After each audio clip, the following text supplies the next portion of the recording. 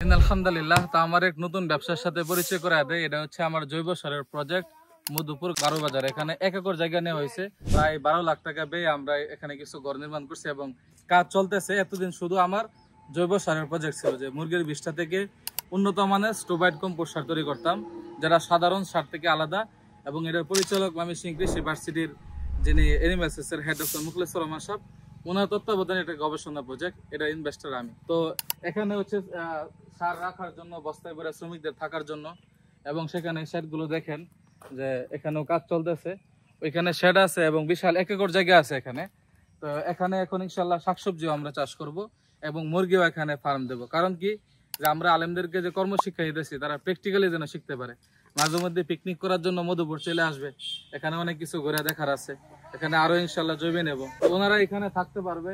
থাকে এখানে সার বা যন্ত্রপাতি রাখার জন্য এটা একটু মজবুত করে করা হয়েছে, দেখাশোনার জন্য আলহামদুলিল্লাহ একদম খুব ভালো লোক এখানে আছেন, সব গুছায় রাখতেছেন আলহামদুলিল্লাহ। এটা নিয়ত ভালো হলে আল্লাহ তাআলা মানুষ মিলাই দেন। আর ওইখানে আমরা বিশাল জায়গা নিয়েছি, ওইখানে আনারস চাষ হইতেছে। সামনে পোল্ট্রি ফার্ম করার পাশাপাশি আরো শাকসবজি করব। আর জৈব সার যেটা আছে, এখন মাসিক টার্গেট আমাদের 50 টন, পরবর্তীতে মাসিক টার্গেট হবে ইনশাল্লাহ 100 টন এবং 150 টন বাড়িতে থাকবো।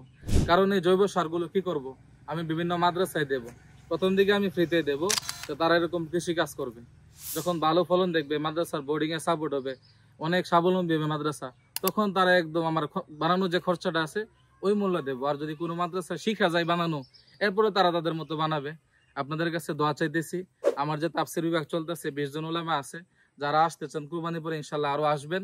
ওনাদেরকে নিয়েই আমি এরকম প্র্যাকটিক্যাল কৃষি শিক্ষা, ওনাদেরকে আলহামদুলিল্লাহ ডেইলি ক্লাস চলতেছে।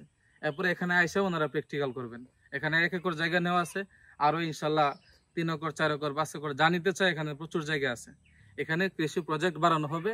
আর এখানে বাথরুম সব সুবিধা করা হয়েছে, জনছাত্ররা আইসা এসে থাইকা কয়েকদিন কাজ করে অভিজ্ঞতা নিয়ে যাইতে পারে। আমরা আরো সুন্দর পরিবেশ এখানে তৈরি করতেছি। তো দোয়া চাইতেছি সকলের কাছে, জৈব সারের যে ব্যবসাটা আলহামদুলিল্লাহ চলতেছে, সেটা তো আল্লাহ তাআলা বরকত দিক। এলাকার কৃষকদের কাছে, পাইকারি যারা খামারি আছে ওদের কাছে বিক্রি করলে মোটামুটি একটা কিছু থাকবে। এরপরও আমার ইচ্ছা যে এটা থেকে মাদ্রাসাগুলোতে দেব, আর জৈব সার কিভাবে বানাইতে হয় সেটা শিখাই দেব এই প্রজেক্টের মাধ্যমে। ধন্যবাদ।